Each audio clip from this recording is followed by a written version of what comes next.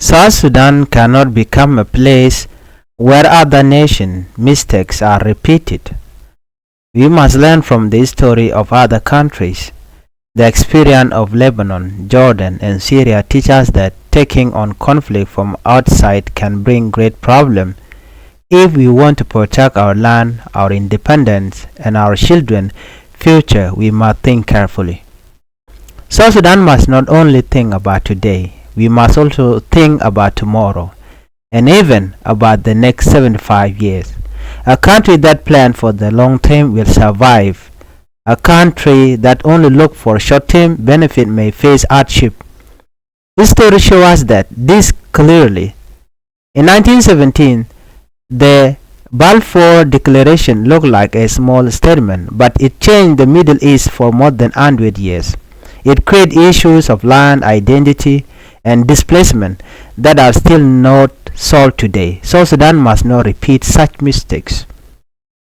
A recent report in foreign newspapers suggests that some South Sudanese officials may have spoken with outside actors about agreement. The Minister of Foreign Affairs only gave a short statement and did not explain it in detail. That's not enough. Any agreement that could tie South Sudan to international conflict must be openly explained. It must be studied legally. It must be checked by Parliament and discussed in public. South Sudan is not just political parties or group. South Sudan is the land and the people who have lived here for centuries. Leaders come and go, but the land remains. Protecting it is not only the job of politicians. Every citizen must understand what is at stake. Some people say South Sudan needs outside protection in case of future war, but this argument is weak. We are not at war with Sudan. We live peacefully with our northern neighbor. We share history, culture, and kinship.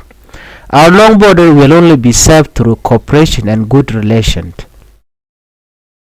Some debate have suggested relocating Palestinian refugees to South Sudan. If this happens, their stay would likely be permanent because Palestinians do not have the right to return home, unlike South Sudanese in Canada, the United States, or Australia, who can return to their villages when they choose. Palestinians cannot. The concern is not about the refugees themselves who are victims of conflict. The risk is the political issue that could follow them. Refugee camp can sometimes become restricted, controlled, or politicized. If that happens, South Sudan could face international pressure and be drawn into conflicts that are not ours. We do not need to guess what might happen. History already gave us example. Lebanon, Palestinian camps such as Sabra and Shatila became militarized and were drawn into the Lebanese civil war. Jordan in 1970 during Black September, Palestinian militias clashed with the Jordanian army, creating national instability. Syria, Palestinians live in camps like Yarmouk, where they were later caught in the middle of the civil war and the camp was destroyed.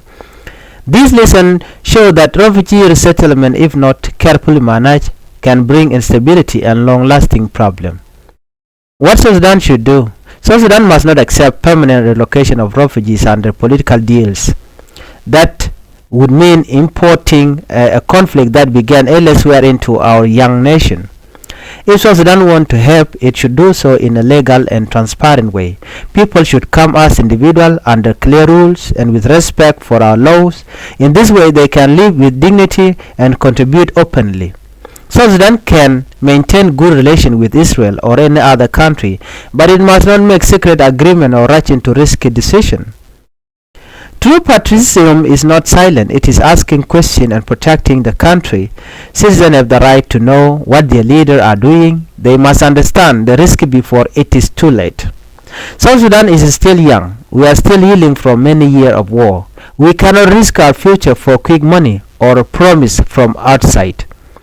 In our cattle culture, the lesson is simple. Guard the crow, guard the calves, guard the pasture. In politics, the lesson is the same. Guard the land, guard the people, guard the future. History is strict. Mistakes made in us last longer than the people who make them. They can take generations to repair.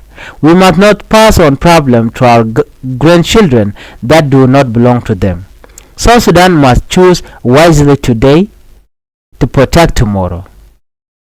If you are new to my channel, I would like you to help me by subscribing. Thank you for watching. Bye bye.